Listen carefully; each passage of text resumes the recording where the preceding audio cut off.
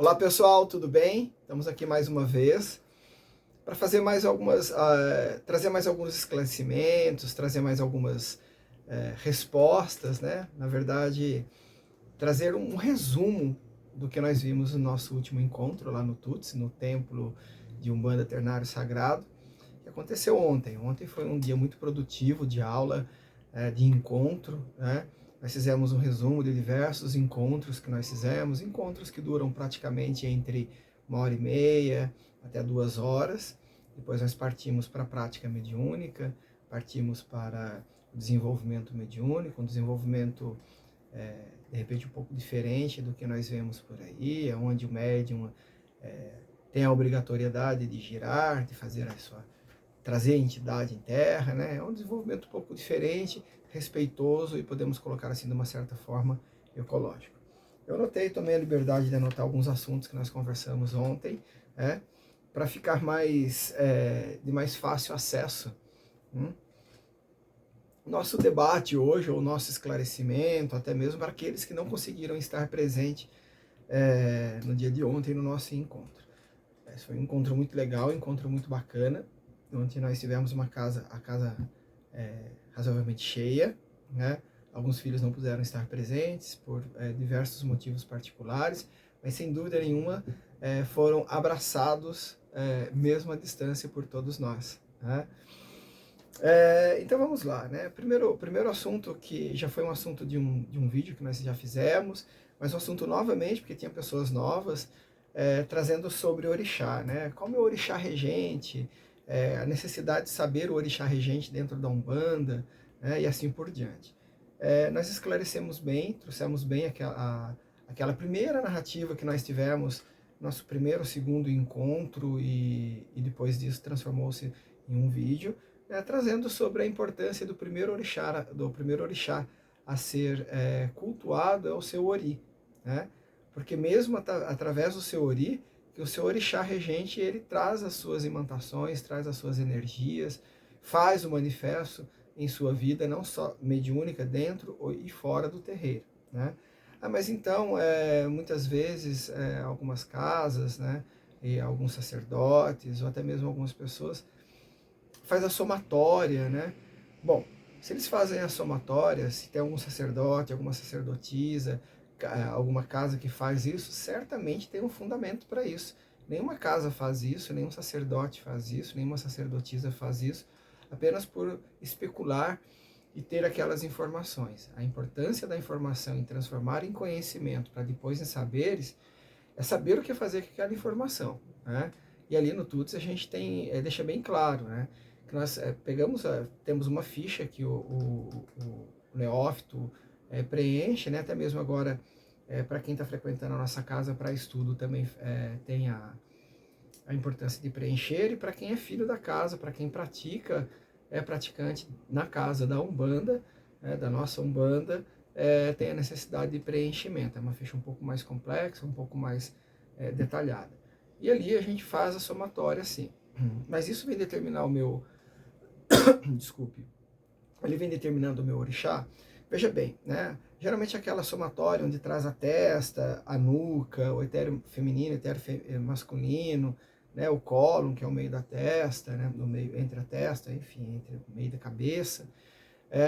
Ali eles vêm determinando, né, essa somatória numerológica que se traz, vem determinando quais são os odus que regeram, ou que estão regendo a sua... no momento que vocês nasceram. No momento que vocês nasceram, esses números vêm trazendo para nós quais são os odus regentes naquele momento, né? Então a pessoa confunde muito, porque geralmente o odu representa um orixá, né? Ou mais do que um orixá, porque um odu ele traz ali a sua segmentação, 1, 2, 3, 4, 5, algumas linhas até 7 tipos de orixá para cada odu, né? Então, muita gente pega de uma forma equivocada, mas é a somatória do seu número, da sua cabeça é tal, na frente você tem tal orixá, no meio você tem tal... Não, não é assim. Essa somatória apresenta os seus odus regentes naquela data de nascimento. Para muitos babalorixás, né, de cultos africanos, até aquilo dali serve para fazer a reza do jogo, né, do Merindifá, do Ponifá, do Peleifá, faz ali a reza dos jogos na hora de cair os cauris, na hora de cair a casquinha de dendê ou os búzios, para cair numa posição certa, de uma forma matemática, então, contar ali através daquele jogo que foi representado por um Odu, ou diversos Odus, né, ou pelos babás Odus, ou homos Odus, o seu jogo, ou seja, a sua trajetória, os seus presságios na vida, não é destino, seu presságio na vida. Então ali vem trazendo a somatória dos Odus, os Odus aonde cai, se cai para a direita, para a esquerda, quantos caem abertos, fechados, na divisória da peneira de jogo, e assim por diante. Então é uma matemática, sim, mas para que aquela matemática caia correta, tem que saber rezar. O segredo está, a transição dos cultos africanos está na oralidade, na reza, no que rezar ali para ele cair certo. Cair e ler, tem até cursos pela internet que ensinam como você faz para jogar os búzios e interpretar o búzio que caiu, mas para cair certo, só para quem passou por uma peneira, filho. Meu filho e minha filha, para quem passou por uma iniciação, certo? E para quem passa por uma iniciação, muitas vezes vão buscar poder, né? Para poder saber o oráculo, o poder pelo poder, né? Então já está iniciado de forma errada, né? A primeira iniciação que a gente tem é saber sobre a consciência e responsabilidade. Isso nos cultos africanos e não diferente na nossa Umbanda ou nas Umbandas que se seguem hoje em dia. Então vieram perguntar para mim se aquela somatória diz qual orixá. Pode coincidir, né? Mas como de uma certa forma vem trazendo ali os Odus regentes na sua data de nascimento, no seu presságio, na sua vida. E aí os jogos daqueles Odus, a matemática mais aprofundada por aquele Odu, para quem passou por uma iniciação, ou seja, para quem tem uma questão iniciática, né, dentro do papel do sacerdócio, ele vai identificar quais as predisposições que os Odus têm, dentro do peso do qual o orixá é regente ali. Mas tem outra situação também que se perguntaram ontem, né? Mas por que o meu caboclo, o meu Exu, a minha pombogira, o meu erê, que depois a gente falou um pouquinho sobre a diferença entre erê e beijada, né? O meu preto velho, a minha preta velha, né? O meu pai velho, a minha mãe velha, apresenta tal nome. Então, geralmente a entidade traz ali o seu nome, seu sobrenome e o seu tronco raiz. E aí quando o médium, né, ou o praticante, né, não necessariamente o médium, mas o praticante, porque daí tem os cambonos, tem os ogãs, né, tem os atabaqueiros, os ogãs de sala, que faz, enfim, todas as funções, eles também não têm uma mediunidade tão presente assim dentro de um barracão, dentro de uma casa, dentro de um templo, dentro de uma choupana, uma senzala, enfim. Dentro de uma oca, né? Mas eles também têm um processo de iniciação. Então, dependendo como vai o processo de iniciação, e principalmente aqueles que têm os médios que têm uma ostensividade mais intensa da sua mediunidade, então, cada grau de iniciação que vai tendo, a sua coroa vai se fortalecendo, e devido a esse fortalecimento da coroa, tem uma tendência, então, da sua coroa das entidades, ou seja, das suas entidades, virem passar o nome, sobrenome, e depois, como uma forma de iniciação, que a gente vai falar ainda um pouquinho hoje ainda, trazendo aí, pelo grau da sua iniciação, o nome, sobrenome, a raiz dessa entidade, e então ali fica mais fácil a gente desvelar qual é o orixá regente. Embora a gente já tenha uma experiência, isso é a questão da oralidade também, da transição oral, pelo próprio comportamento do filho, da filha, né, do neófito ali na casa, pelas problemáticas que ele apresenta, né, no relacionamento com os próprios irmãos da casa, ou mesmo com o sacerdote, ou mesmo no dia a dia, porque não difere, né, o seu comportamento do dia a dia, o que ele é dentro de uma casa, geralmente é o que acontece no dia a dia, pelo menos assim tem que ser, né? Não há essa esquizofrenia, né, frenética que se fala e se faz aí dentro da casa, eu sou um, fora né, do templo eu sou outro, então não traz essa questão, né? Enfim, então dentro desse conceito, né, do médium, né, do comportamento dele, a gente também já vai traçando, já vai observando, e ali a gente vai dando algumas aláfias ali, e algumas firmezas das próprias entidades, dependendo do grau iniciático que o o médium está na casa, a gente já vai ali conversar no pé da firmeza, né? Não é o assentamento ainda, mas é um pé da firmeza ali, daquele médium, onde vem trazendo, apresentando algumas respostas ali com o zelador, né? Então os odus são diferentes das coisas dos orixás, a situação do orixá. O odu correspondente ali corresponde a um orixá, mas não necessariamente só um orixá. Ele tem todos os jogos matemáticos, iniciáticos e da oralidade para se fazer aí, para se apurar, tá? Ontem perguntaram também, mas é meu primeiro santo, né? Meu primeiro orixá é um Oxóssi e depois logo em seguida vem o Ogum, né? Falou, olha, a gente precisa apurar isso, né? Porque geralmente ninguém tem dois pais, a gente tem uma mãe e um pai, então a gente tem um orixá masculino e depois um orixá feminino. Ou vice-versa. Ah, mas um homem pode ter um orixá feminino e depois um orixá masculino? Pode, isso vai afetar a sua sexualidade? Depende, né? Depende de uma situação, depende de N situações. Mas geralmente o que eu encontro homens que têm na frente, que tomam à frente um orixá feminino, tem a tendência a não ser hétero, né? Isso depende muito, a questão da sexualidade, né, da orientação sexual do indivíduo, pode estar ligada à mediunidade, pode estar ligada ao orixá regente, depende muito. Isso está ligado à vontade dele, isso está ligado ao propósito que ele tem de vida, está ligado à escolha dele.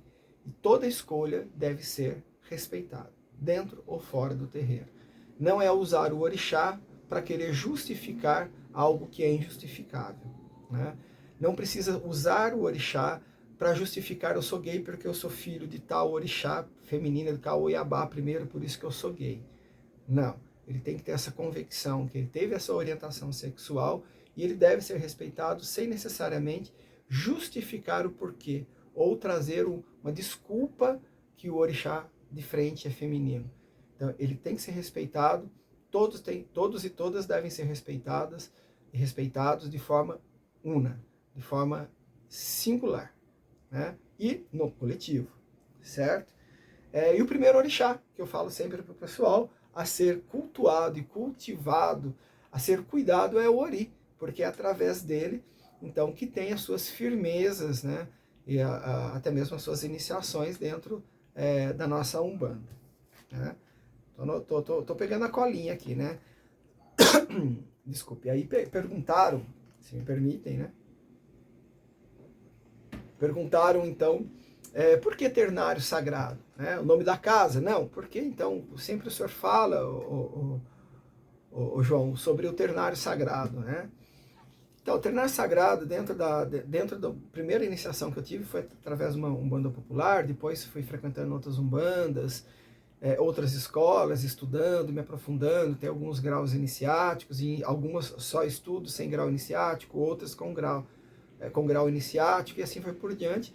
Mas minha primeira feitura, vamos dizer assim, primeira iniciação, meu batismo, né, apresentar para a Umbanda, ter as entidades confirmadas com pemba, com canto, com oralidade, com a sua identidade, com nome, sobrenome raiz, foi uns 16, 17 anos ali, depois mais para frente em outras escolas de Umbanda, também se fez muito presente, né? Mesmo porque o ternário sagrado, que por todas as umbandas que eu passei, mas não é umbanda, não, são umbandas, né? Depois a gente explica sobre isso, né? Todas as umbandas que eu passei, todas elas vinham trazendo a criança, né? Que são as ibejadas, né? Alguns falam herês, mas depois a gente trata sobre esse assunto, a diferença entre herê e beijada.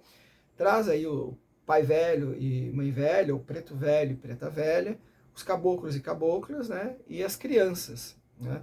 Então esse é o ternário sagrado que configura, então, a nossa querida Umbanda. E o baiano, o boiadeiro, o marinheiro, né? Eles são catiços e eles têm uma fundamental importância dentro da Umbanda, né? Não é porque ele não está no ternário sagrado que ele está fora da Umbanda, pelo contrário, né? Eles dão muito alicerce, sem eles não tinham muito alicerce e muitas seguranças e firmezas para que o ternário sagrado aconteça.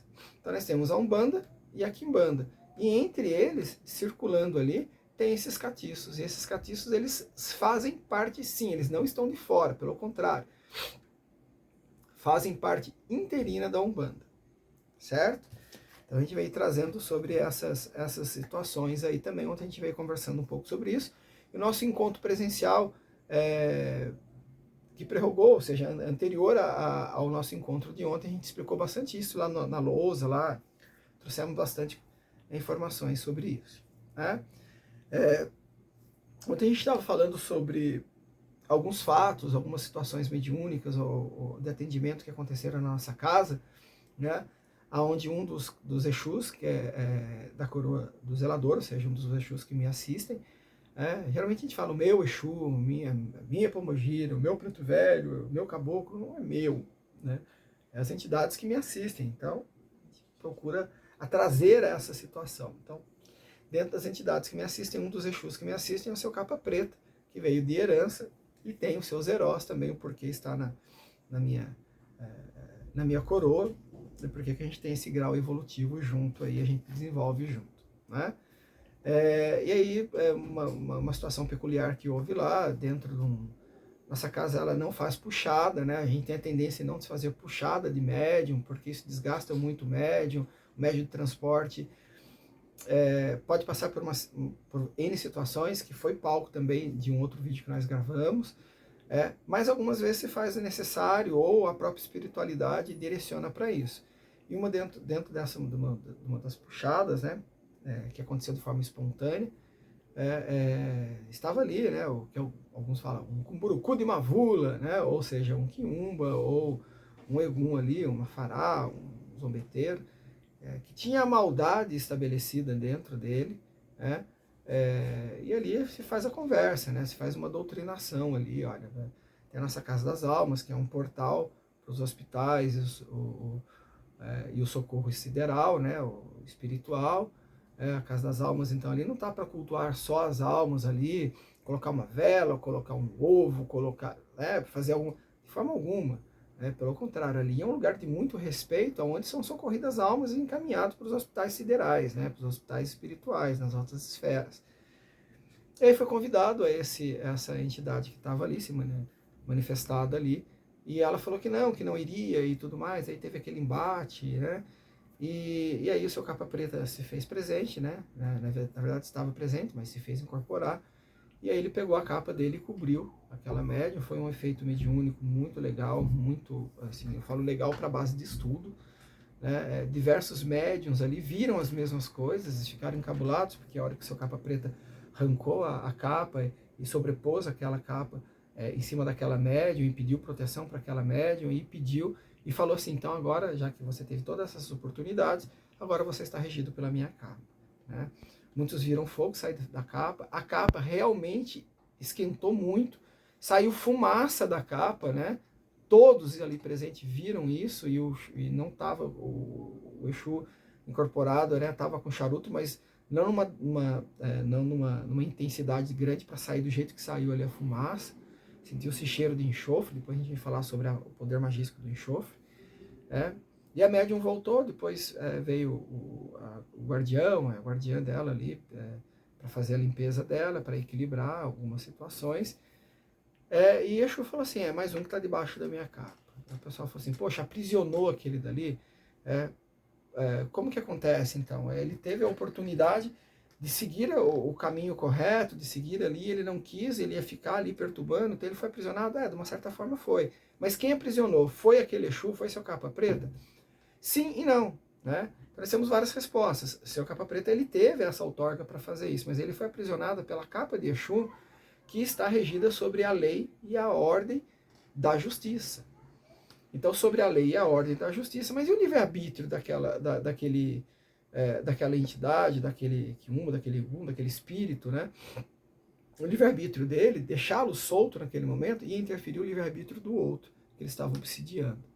Então ali ele pode-se dizer aprisionado? Sim, ele é colocado ali sob custódia, né? E ali ele vai passando pelo processo de depuração, de transformação, e entendendo qual é a linha da lei e qual a linha da justiça, que é a ordem que rege toda a capa de um Exu de lei, de um Exu coroado, um Exu espadado, como seu Capa Preta de fato, de direito, de confirmado né?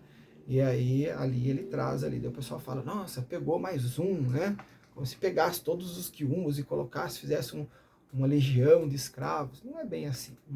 Então tem que ter fundamento, tem que ter o conhecimento, tem que ter a sua prática para isso, né? Então ontem a gente conversou bastante sobre isso, né? Sobre uma recorrência que aconteceu, aliás, uma situação que aconteceu ali na nossa casa, né? Então toda casa de Umbanda tem seu segmento, a nossa segue a lei e a ordem, né? Então, fez mal, não é uma casa de Umbanda. De repente o que é mal para você é bom para o outro, então o conceito de bem e mal é muito relativo, né? Por isso tem que se estudar muito, tem que buscar muitas informações, escutar muitos conceitos, escutar mais, aprender mais para aprender a opinar e depois, como forma de opinião, aprender a tomar suas decisões, né? E aí veio também perguntando ali, passamos no começo do mês ali para um processo iniciático, quando nós fomos visitar alguns sítios sagrados, nós fomos na praia, no mar, nós fomos na cachoeira, depois nós fomos na pedreira, nós fomos na mata, fomos numa campina, numa mata fechada. Então nós passamos por alguns sítios sagrados para fazer a limpeza dos médiuns, depois fazer as firmezas das entidades correlatas dentro desses sítios sagrados, que corresponde a cada médium ali, ou a cada filho da casa, né? Porque tem muitos cambonos ali que não tem uma sua manifestação mediúnica, mas é por isso que não tem as suas entidades, as entidades, né? Que fazem parte da coroa deles, né? As entidades que o assistem, as entidades que trabalham junto com eles, né? Então nós passamos por ali e depois cada limpeza que se faz, cada firmeza que se faz, vai se aproximando de algumas etapas iniciáticas, né? Então, na nossa casa a gente tem ali o neófito, depois a gente tem o iniciado de primeira, segunda e terceira instância, né? Terceira ordem ou terceiro grau, né? O neófito é aquele que começou a estudar na nossa casa, está ali estagiando ali nas giras, os nossos ritos públicos, nas nossas giras abertas, vai ali de branquinho, ajuda a acender um charuto, ajuda a pegar uma vela, ajuda a fazer a faxina, como qualquer um outro faz, não é devido ao grau iniciático que não se faz a manutenção templária, ou seja, a manutenção da casa, né, tanto de limpeza quanto do imóvel, ou seja, predial, e até mesmo daí o grau iniciático faz a manutenção espiritual, daí é conforme o conhecimento, conforme a iniciação, é um pouco diferente, né? Então nós temos temos os neófitos, depois eles passam pela primeira etapa da sua iniciação, onde tem as suas quartinhas firmadas, a sua quartinha firmada do Eledá, no nosso Gongá. Agora a gente está tirando do Gongá e está colocando num outro quarto separado ali, para que a gente tenha mais uma situação privada melhor, né? Um quarto trancado ali, onde tem acesso ali só o sacerdote, e assim por diante.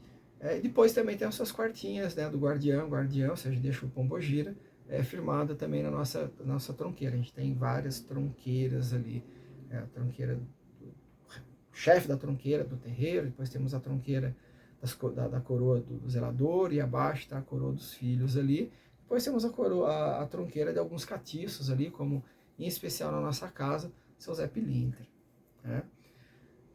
Então tem esse grau de iniciação, neófito, primeiro grau, segundo grau, mas quanto tempo isso demora, né? Em média, 3, 5 e 7 anos.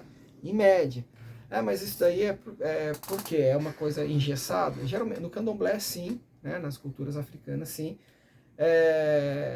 E a hierarquia, por que a cultura africana resiste, né? Uma resistência até hoje dentro da sua iniciação, dentro da sua tradição? Porque existe hierarquia. E essa hierarquia se faz presente de uma forma até mais ostensiva e intensivamente, muitas vezes não entendido por todos. Porque a gente fala que o candomblé é para todos, mas nem todos é para o candomblé. E a mesma coisa acontece com a Umbanda, é para todos, a Umbanda de todos nós, mas nem todos estão para a Umbanda, né? Geralmente a gente procura seguir isso, né? 3 anos, faz a primeira iniciação já, depois com a outorga do caboclo, do preto velho, e aí faz, depois 3 anos, 2 anos, 3 anos ali de iniciação, aí recebe o primeiro grau, né? Antes disso já tem a quartinha sua firmada ali, já tem algumas firmezas, mas dentro da quartinha vão alguns fundamentos que já recebeu o primeiro grau. Depois mais uns 2 anos aí, recebe 1 ano e meio, 2 anos, recebe também, né, um outro fundamento, junto com a quartinha, é colocado outros fundamentos, depois no seu 7º ano, no seu 3º grau, aí recebe outro fundamento debaixo da quartinha, com toda uma questão peculiar e tudo mais, né? Nós temos na nossa casa hoje 2 pessoas que já vieram de uma tradição da Umbanda já há muito tempo, já tem uma longa jornada na Umbanda, mas não tem o seu processo iniciatório. Então procuraram a nossa casa para estudar, para se fazer Umbanda, para a prática da caridade, e como consequência disso, receber o seu grau iniciático. Eles têm um processo um pouco diferente, porque já traz ali dentro da sua doutrina, ter a sua prática, de ter uma casa sobre sua regência, né, que é a nossa querida Mãe Fernanda, e depois a nossa querida Mãe Indira, né? Nós temos a Fernanda e a Indira, então, que já tem já essa predisposição, esse fator iniciático já latente, né? E daí veio um outro tema, né? Desculpa, pessoal. Já veio um outro tema aqui, né? As pessoas já nascem feitas, né? Eu não vou entrar o caso de Abiaxé, que é do culto africano, tá? Nós estamos falando aqui de Umbanda. Embora os cultos africanos, de matriz africana, tenham um peso muito grande dentro da nossa Umbanda hoje, né? Sempre teve, né? Mas dentro da Umbanda popular, né? E dentro da Umbanda que rege a nossa casa. Então, alguma pessoa já nasce feita? Não, ninguém se nasce feita. As pessoas já nascem já com o axé iniciático. Mas a sua iniciação, ela deve ser feita, ela deve se passar por uma esteira, ela deve se passar pelo processo iniciático, passar por Indaiá, Jacutá, enfim, passar pelos sítios sagrados, né, pelo Maitá e assim vai por diante, pelos 7 sítios sagrados, pela encruzilhada, ter as entidades que assistem ela, da sua coroa, né, ter ali o seu traço, a sua pemba traçada, ter o seu ponto cantado, né, ter a sua pemba riscada, ter a sua confirmação de nome, principalmente para ter um terreiro de nome, sobrenome e raiz. E eu digo mais, e essa raiz ainda, né, trazendo ainda a sua ligação com o orixá regente ainda, né? Então, tem todas essas situações. Tem muita casa por aí que não segue isso. Eu respeito, nós todos respeitamos essa diversidade das formas de se fazer a Umbanda, né? Mas nós temos aí, essa é o que rege a nossa casa e o nosso processo iniciático, né? Dentro de toda essa situação, não estou dizendo que as outras casas sejam erradas, ou são erradas, ou fazem errados. Cada casa tem seu fundamento, cada casa tem seu processo. Mas eu conheço tal zelador, tal zeladora que não passou por esse processo. Sou eu que vou julgar. Está se fazendo Umbanda, está fazendo bem, está na prática da caridade, na prática da Umbanda, atendendo algumas pessoas, atendendo várias pessoas, fazendo sucesso no atendimento, essas pessoas, sucesso, elevando o axé, ok, perfeito, né? Sigam em frente, né? Estou falando como acontece na nossa casa, da seriedade da Umbanda. Umbanda é coisa séria para gente séria. E aí, como se fala, né? Umbanda é caridade, e caridade requer prudência. E para essa prudência que acontece, né, para essa situação que acontece dentro dessa prudência, precisa passar por essas situações iniciáticas, onde a gente vai fazendo firmezas, depois a gente vai fazendo assentamentos de algumas entidades, né, e trazendo até as questões do Eledá mesmo, fortalecimento, para aguentar todo o impacto que é estar à frente de uma casa hoje. Inclusive, muitas vezes eu falo, né, muitas vezes a gente já conversou sobre isso até, um diálogo que nós tivemos na casa, que muitas vezes é fácil criticar um zelador, né? É fácil querer estar no papel do zelador, é fácil querer tomar a casa de um zelador e se fazer presente como se fosse um zelador ou uma zeladora.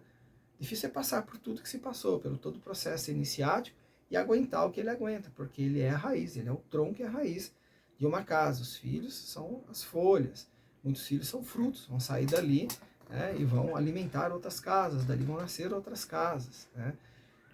Mas tudo com a questão da raiz e a questão da iniciação, né? Então, querer ser zelador é muito fácil, né? Agora, quero ver passar pela esteira e ter todo o fundamento. Quando eu falo fundamento, não são só as firmezas dos assentamentos, não. Para cada assentamento, você abriga um certo conhecimento. Por que todo esse tempo? Porque demora-se todo esse tempo para você ter o estudo, ter a experiência e ter a abrigação. né? A obrigação é abrigar o axé em você. A gente não pode pegar todo esse axé que é desenvolvido na coroa de cada médium, ou de cada praticante, de um dia para a noite, jogar tudo isso na cabeça, no ori dele, jogar tudo isso da ancestralidade ali, né, nas entidades que o assistem, na sua coroa espiritual. Não é saudável, não é ecológico, pelo contrário, fazer muito mal para essa pessoa. Então, por isso tem todo esse tempo, né? Que deve ser esse percurso que deve ser feito e respeitado. Né? Dentro dessa nossa casa segue mais ou menos essas datas aí, esses períodos aí, tá? Então, existe alguém iniciado, que já nasceu iniciado, né? Eu acredito na nossa casa, na minha concepção, que não. Nasceu alguém já com o axé, mas tem que ser iniciado. Né? Até mesmo dentro da cultura afro, né? Para quem é abi-axé, tem que se passar pela situação, mas uma situação diferente aí, que é... Né? Mas, enfim, vamos deixar isso para outro momento. Então, para nós, chegou ali, ou muitas vezes chegou de outra casa, eu recebi feitura, recebi tal, coisas de outra casa, não tem problema nenhum. A gente vai apurar ali as entidades do zelador da casa, vai apurar, ver até onde o grau iniciático é ali, compatível com o grau do que se rege aquela casa, e até onde aquela entidade vai também. Tem a sua outorga para fazer o tipo magístico, a manipulação magística que tem que ser feita, e dali a gente faz uma equiparação, atende a questão da equidade, e dali para frente a gente acaba fazendo, enfim, outros processos ali, tá? Que é o caso da Indira e da Fernanda, né? Não tem uma iniciação de sacerdotisas, né, de zeladoras para uma casa, mas estão passando por um processo um pouco diferente, embora chegaram como neófito na nossa casa, mas estão passando por um processo bem diferente, porque tem uma tendência de ter uma casa, já está ali no presságio, já está ali não é no destino, né, mas já está ali na missão ali, terrena e espiritual, inclusive até perguntaram, né, mas se eu não quiser abrir, não abre, né, tem seu livre-arbítrio, mas não é só querência sua também, né, tem as entidades da sua coroa que tem essa missão também, e aí como é que fica? Então a gente tem toda uma questão ali em si, certo? A gente vem trazendo também que toda casa, como eu falei para vocês, né, as questões do culto africanas têm mais de 5.000 anos e elas têm essa tradição, e essa tradição que vem assegurando toda a questão da ancestralidade chegar até hoje aqui de uma forma bem respeitosa, que muitas vezes é mal interpretada ou não compreendida por todos, né? Por todas as pessoas que criticam. Então nós temos ali, né, na nossa casa a gente tem o zelador, que sou eu, nós temos mãe e pai pequeno, nós temos antes da mãe e do pai pequeno, nós temos o Ogan, que significa gerente, né, nós temos o Ogan do tabaco, que é o tabaqueiro, que é o pai Beto, o Betão, nós temos, o ideal é ter um Ogan ou uma cambona, ou uma Iked, né, que seja ali de salão, ou seja, que esteja comandando todo o salão, que esteja observando toda a questão da incorporação dos filhos, da casa e até mesmo do salão da assistência, né? Alguém que não incorpore, né? Não incorpore, eu incorporo, mas hoje eu não vou incorporar para ficar de olho. Não. É alguém que realmente, o trabalho dela é acordado, né? Alguém que não tem uma ostensividade na mediunidade. Isso é muito importante. Depois nós temos a mãe e o pai pequeno, que podem incorporar ou não, aí é uma questão peculiar de cada casa, né? Mas quem é o dono da casa, né? A casa é regida por quem? Pelo zelador. A entidade que rege aquela casa, que comanda aquela casa, é o zelador. Mas na falta dele, não, na falta não existe, é ele. Na falta a mãe pequena assume, o pai pequeno... Não assume. O trono, só tem um trono na casa. Faltou, a casa fechou, né? Pode-se deixar de herança a casa e tudo mais, é muito difícil, né? Porque os assentamentos, as coisas feitas ali são diferentes, né? Existem essas questões de transições de pai para filho? Existe. Aqui em Taubaté tem uma casa famosíssima, onde o zelador veio a falecer, passou para a esposa virou uma excelente zeladora, já era uma mãe pequena da casa, a casa cresceu muito mais, ela veio a falecer também, deixou para o filho, para a filha, né? E a filha assumiu e a casa tá crescendo a cada momento, a cada dia. Então tem essas questões peculiares? Tem, né? Mas aí também existe todo um processo em cima disso. Então o zelador, ele zela por toda a casa, por todo o axé da casa.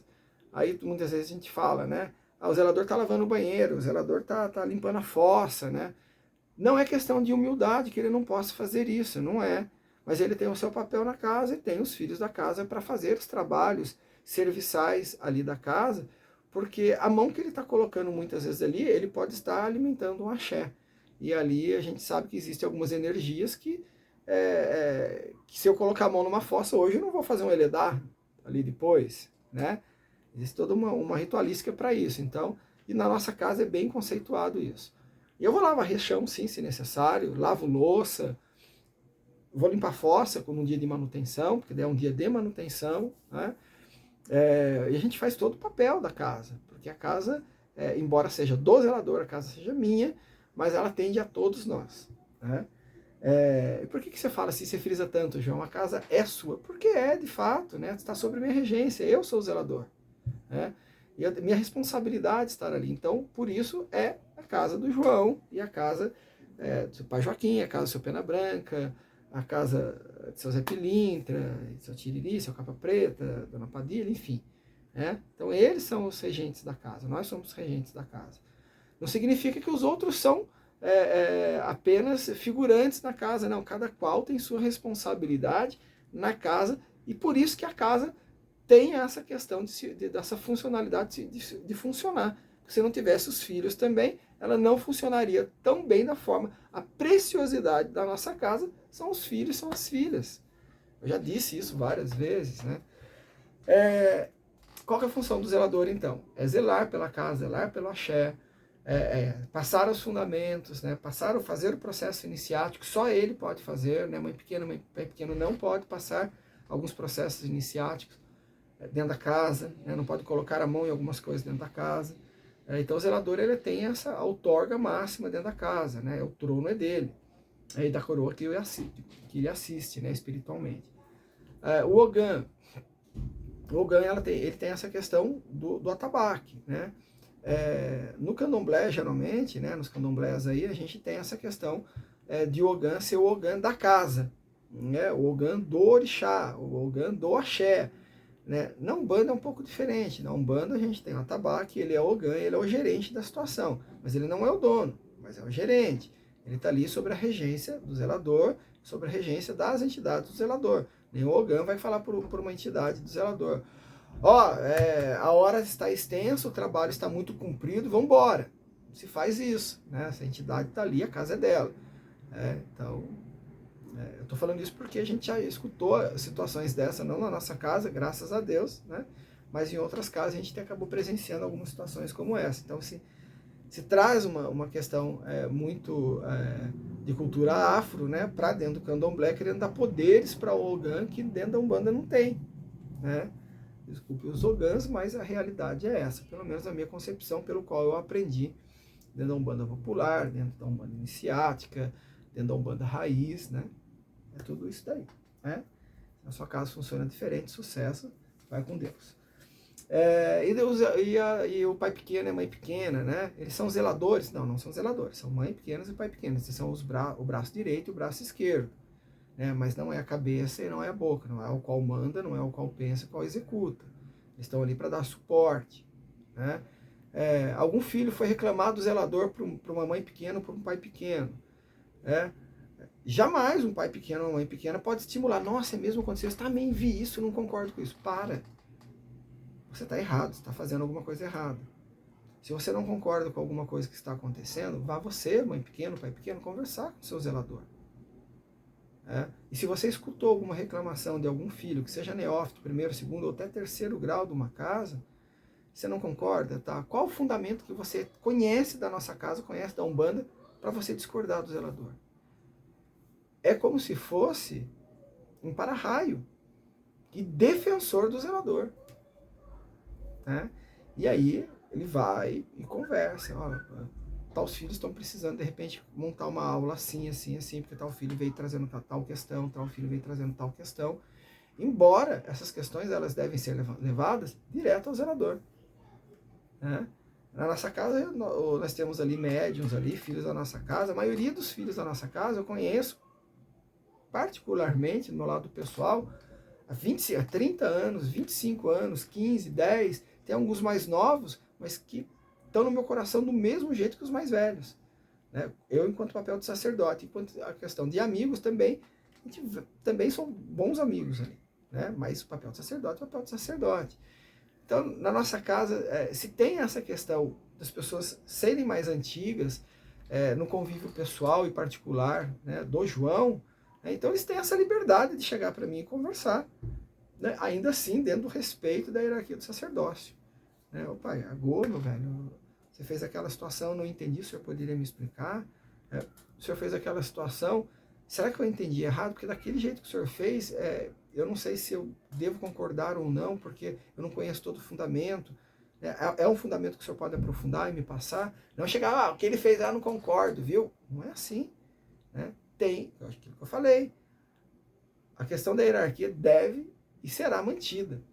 E só através dessa ordem que uma casa cresce, que uma casa tem um fortalecimento do seu axé. Né? Então, qual que é o papel da mãe pequena, do pai pequeno? Primeiro, defender o sacerdote, né? E não estimular alguma coisa contra, ou fazer um complô, um motim. Pelo contrário. Fez isso, está errado. Né? Está errado. Né? Aí ela pode ser rebaixada, vir a entidade, ou até mesmo o zelador, como no seu papel, rebaixar ou o pai pequeno, ou a mãe pequena, para um terceiro grau da casa, tirando as outorgas do mãe pequena e pai pequeno. Mas se foi um caboclo, um preto velho, que levantou como pai pequeno, como mãe pequena, o zelador vai lá, vai conversar com o assentamento do caboclo dele, vai dar a láfia, e aí até mesmo um caboclo pode vir, ou um preto velho, enfim, e conversar, amenizar a situação e realocar ali dentro de um papel, porque se quebra toda a hierarquia e se quebra uma confiabilidade e uma confiança da casa. Né? A gente veio conversando muito isso, sobre o papel do Ogã, o papel do pai pequeno e mãe pequena da casa e o papel do zelador. Certo? Ontem a gente conversou também bastante sobre as questões, né, da Umbanda. Né? Temos várias pessoas que não são trabalhadores da casa, mas são já é assistência já da casa há muito tempo, viraram amigos, né? E ontem nós tivemos até um parênteses aqui, nós temos uma igreja evangélica que está levantando sua sede, e uma vez a gente estava fazendo reforma na nossa casa, né, no nosso templo, e parou um carro lá e queria vender pizza pra gente. A gente estava azul de forte, né? E aí a gente falou assim, nossa, que bênção de Deus, né? Vocês foram enviados por Deus. E a gente está com fome mesmo, né? O senhor compra uma pizza e ganha um refrigerante ainda. Eu falei, nossa, que bênção. Então já me passa já 3 pizzas aqui. E compramos. E sempre esse pessoal jovem dessa casa nos procura para vender pizza. E eles às vezes pedem até o calendário nosso de ritos, né? De estudos, né? E ritos internos, né? E ritos iniciáticos e ritos públicos, ou giras abertas e giras internas, que é gira de estudos. E coincidentemente faz uns 2 meses que estão caindo dias internos, o dia que eles fazem pizza. E eles mandam um WhatsApp para mim e falam, tudo bom, meu querido? Tudo bom, professor? Me chama professor, né? E aí a gente está vendendo tal pizza. Eu falei, olha, a gente vai ter lá na nossa casa, lá no nosso templo, a gente vai ter dia de estudos hoje, então a gente não vai levar nada, a gente vai comprar de você. Ai, nossa senhora, que Jesus traga bênção nos seus caminhos. E eles passam lá, a gente compra, e de uma certa forma a gente está ajudando eles e está se ajudando neles. E eles respeitam muito a nossa casa, a gente respeita muito a eles. É uma situação que até isso virou palco de estudos e debate no nosso dia de estudos templários ali, né? De estudos de relação interpessoal, interreligioso, né? Não só intra-religioso, mas interreligioso.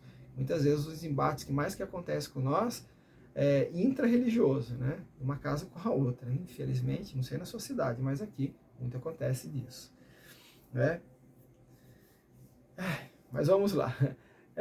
Daí vieram ontem na nossa conversa, foi um dia muito gostoso, que a gente pôde comprar diversas pizzas, né? Refrigerantes, levaram e compraram um bolo, tem o bolo do nosso amigo Moreno, né? Que não pode faltar, dia de estudo não pode faltar o bolo do Moreno, né? O Moreno leva o bolo lá, a gente come, alimenta a alma, alimenta o corpo, né? E damos muitas risadas, é um ambiente descontraído, porém hierarquicamente bem traçado e bem definido. E aí veio a pergunta, né, sobre a Umbanda, né? E assim, a gente sempre abre as nossas giras com essa narrativa. Né? A Umbanda, porque só o ternário também, né? O tríplice caminho, ou a tríade, né? Ou o triângulo da Umbanda, né? E a gente vem trazendo essa situação. Mais um pouquinho de água. Bonita caneca, né? Ganhei de um aluno lá na escola. Quem compartilha o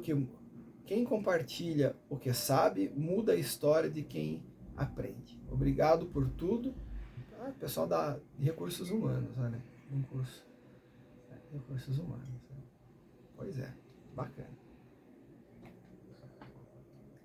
E aí até perguntaram, né, sobre essa questão da pizza. Por que vocês não fazem pizza? A gente não tem espaço para isso. Por que vocês não fazem algo para levantar dinheiro para casa? Porque nossa casa é uma casa que funciona através da caridade.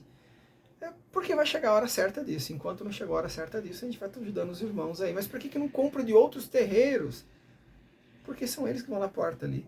E foram eles que foram determinados pelo Exu da casa para ajudá-los ali. Eles nos ajudarem e a gente nos ajudar neles.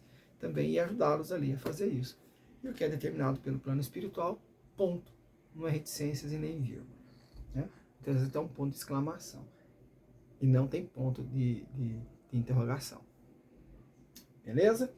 Então trouxeram aqui, né, sobre a Umbanda ali, quais são os 3 pilares da Umbanda, do estudo ali que vocês fazem. A nossa casa é uma casa também, é um templo escola, né? E todos os terreiros deveriam, os pais, mães, zeladores, zeladoras, aí dentro do papel do sacerdócio, né? Sacerdotes, sacerdotisas deveriam repensar sobre isso. Porque para não ficar só aquela questão mediúnica, hoje tem dia geralmente de esquerda, né? A famosa esquerda, de Exu, Pombogira, malandro, enfim, a lota, né? Porque o povo quer aquilo, tá legal. Pô, qual o problema do povo querer aquilo? Nenhum, meu Deus, vamos lá, né? Tem casa que o pessoal vai pedir mal, mas não se faz mal. Praticou mal não é Umbanda, né? E aí o pessoal vem trazendo ali. Na nossa casa nós temos dias de giras mediúnicas e giras não mediúnicas. São ritos públicos, que são abertos, que a gente chama de ritos públicos, giras abertas, e giras restritas para as pessoas que querem estudar. A gente tem um atendimento mediúnico para as pessoas que vão ali para uma desobsessão, para uma limpeza, para um equilíbrio, né, dos chakras, um equilíbrio espiritual, um atendimento diante de um preto velho, de um caboclo, do embejada, através de um catista, do Zé Pilintra, do marinheiro, de um boiadeiro, né, do povo cigano, povo do Oriente, enfim, né? Lógico que tem, a Umbanda se faz através disso também, não único exclusivamente. Mas não é só o fator mediúnico, né? Porque se for só o fator mediúnico, não vira a questão mediúnica, vira o mediunismo, né? Que é o mediunismo pelo mediunismo. A Umbanda, até fiz um desenho aqui, não sei se vocês vão ver, né? Ontem, na nossa aula, a gente fez esse desenho aqui, olha. Então, primeiro fator ali em cima, que é o que atrai até muitas vezes assistência ou consulente, como queiram chamar, né? Para dentro da sua casa é o fator mediúnico. Sentar ali no banquinho, de frente ao preto velho, escutar os seus conselhos, receber um passe maravilhoso, né? De um caboclo, né? A determinação de um caboclo, a alegria das crianças, né? A reverência dos malandros, o balançar do marinheiro, a magia do povo cigano, do povo do Oriente, a fortaleza do povo do laço, né? Do caboclo, né? Não caboclo de pelo, caboclo de couro, né? O boiadeiro, né? As forças e reverências e o poder magístico de Exu, dos guardiões e guardiãs, e assim por diante. Isso sempre vai atrair a consulência e assistência para um terreiro. É isso, o que vai atrair é isso. E aí tem o fundamento aí do zelador, de ter fundamento e ter seu processo iniciático e ter o conhecimento do que fala e a firmeza do que fala, porque a gente abre muitas vezes a nossa casa para estudo. E ali a gente faz a doutrinação da alma, poder anímico. E ali as pessoas vão chegar ali e vão falar assim, nossa, então são os desregramentos que eu ando tendo na vida que vem trazendo esses quiumbas, que vem trazendo esses eguns, não necessariamente alguém mandou para mim, né? São desregramentos que eu tenho, que está havendo uma dissonância dentro do meu fator mediúnico, onde as entidades estão todas descompensadas com a minha coroa, isso vem afetando de alguma forma a minha vida? Sim. Né? Não adianta tomar banho, não adianta se defumar, não adianta tirar ibó, como diz por aí, se o Ejor maior está dentro do Ori. Né? Então, por isso que eu falo, vamos equilibrar o Ori. O primeiro a ser cultuado é o Ori. Depois, como decorrência disso, aos fazeres mediúnicos, as magias, os poderes magísticos das entidades, que vem trazendo as questões mediúnicas pela manifestação mediúnica, mas tem também o estudo e as questões anímicas, ou seja, da própria alma, que é as questões doutrinárias, onde a gente vai passando os esclarecimentos, que é a transformação, né, a reformulação de dentro para fora. Então, nossa casa, não estou dizendo que é Umbanda, mas é Umbanda que a gente segue, da nossa casa tem o fator mediúnico, por isso o estudo da mediunidade é importante, né, para o médium saber ali, para o médium ter conhecimento. Não é que a gente está passando colinha para o médium, não, na hora dele riscar a pemba, na hora dele cantar o ponto, não é nada disso. Ele vem, uma mente mais alimentada de informações, ele consegue se concentrar, consegue ter esse transe mediúnico de uma forma mais aprofundada. Na nossa casa tem médios que eram semi-conscientes e foram se transformando numa gradatividade, de uma forma gradual, para a inconsciência conforme foi estudando. Isso foi confirmado pelas próprias entidades chefes da casa, né? Olha a importância, né?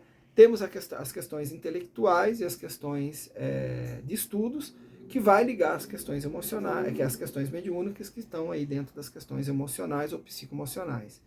Tem as questões da equidade, as questões da inclusão social também. A gente sabe que a Umbanda ela é vista como uma religião da periférica, ou seja, da periferia, onde se atende uma demanda maior sobre as pessoas que são exclusas do que se chama da sociedade. Então, às vezes por orientação sexual, às vezes por